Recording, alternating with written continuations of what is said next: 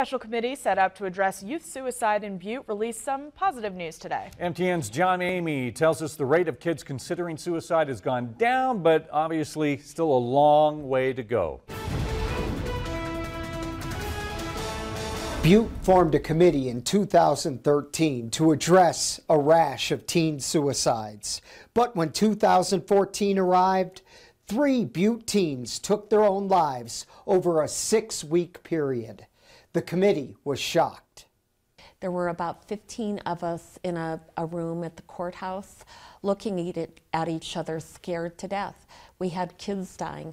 The good news, since that time, the Community Action Team reports that the rate of youth in Butte attempting suicide has dropped by 5% in 3 years. Intervention and training teachers and parents in recognizing suicidal behavior is credited for moving that rate from 17% down to 12%.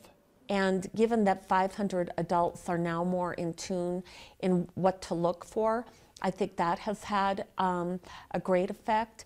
We have trained almost 1,500 students in the signs of suicide training. Officials have been encouraged that Butte had a long run without a youth completing suicide. But that optimism was shaken last month by the suicide of an elementary school student here in Butte. That little child was everyone's child. We're all affected by it. We're all traumatized by it. He was everyone's child, and it redoubles our resolve to keep going.